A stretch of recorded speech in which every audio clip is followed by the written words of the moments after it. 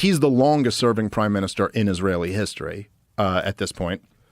But I will say that there are people, I know people go down, rabbit holes on Twitter and stuff like that. And I do think Jeffrey Sachs I think he was being somewhat tongue in cheek when he said it, but I do think he's overstating his hand. It's not that Israel runs America. If Netanyahu ran America, I can promise you we would have had a regime change war in Iran. We would not have stopped where Donald Trump stopped if Netanyahu was actually in control of the U.S. military instead of just having significant influence over it. So I do think I've just read enough about Netanyahu, the Likudniks, the neocons. This is the regime change war that they've wanted. This is their 7th. This is 7 out of 7 to get Iran. So this is what they want. Right.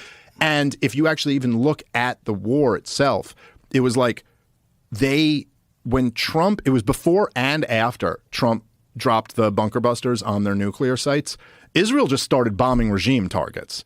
They weren't just bombing their nuclear sites. They were trying to overthrow the regime. And in fact, they made calls to these Iranian generals and threatened their families and basically said, we're going to kill your families unless you guys flee right now. It just didn't work.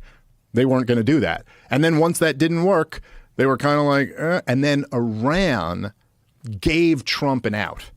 They responded with this nonsense, the same thing they did after Trump killed Soleimani, where they fire these rockets, they give us advance warning, They make sure we move everyone out of the way, because they know they don't want to kill an American there because then it's full-scale war.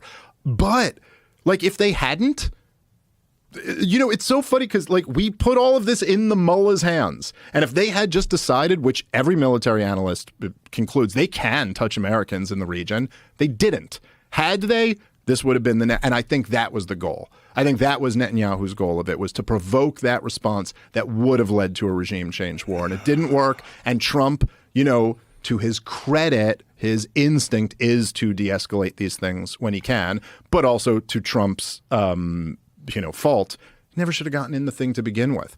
It was the whole Iranian nuclear threat is as much bullshit as the Iraqi nuclear threat. I mean, yeah, it is true that they have a civilian nuclear program that Iraq didn't have. And it is, I saw when Mike Baker was on, who I love Mike Baker, but I think he's wrong about all this stuff. But when you had said to him at one point where you were like, yeah, but the counter argument to that is that this is like a latent nuclear deterrent.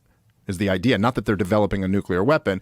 And Mike was basically like, yeah, but they're up to 60%, and that's on its way to 90%. But the thing is, why weren't they at 90%?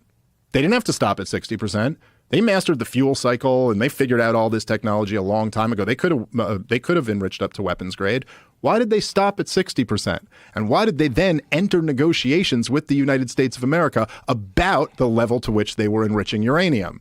Because it's a latent nuclear deterrent. It's a bargaining chip. They were down at 3 to 5% or something under the JCPOA until Trump tore it up, until Trump backed out of it. And then under the rules of the JCPOA, because they're still in it with Europe, and we'll see where that goes now, but they were allowed to up the enrichment once America pulled out. And so they exercised that option in the agreement.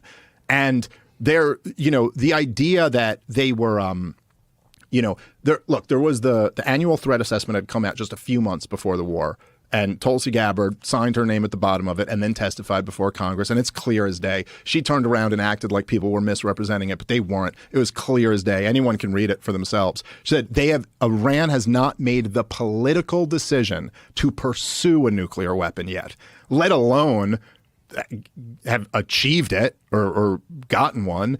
And when Donald Trump was asked about that, remember they said, your own director of national intelligence says that they're not developing a weapon. And he goes, well, I disagree.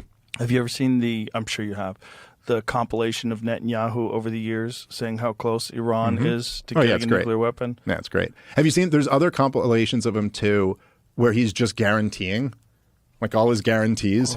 There's one of him in I think it's the year before I was born, if I'm right. It's 1982. And he didn't go by Benjamin Netanyahu back then. He went by whatever his more, European sounded name was. Why did he change names? Well, because they all when? 80s, I would guess. It's got to be in the 80s.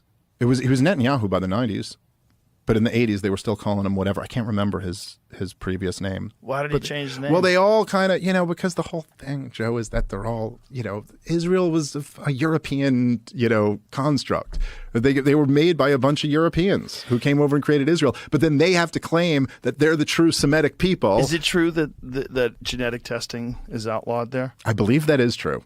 I believe that's true. I double check me on that, but I believe it's true.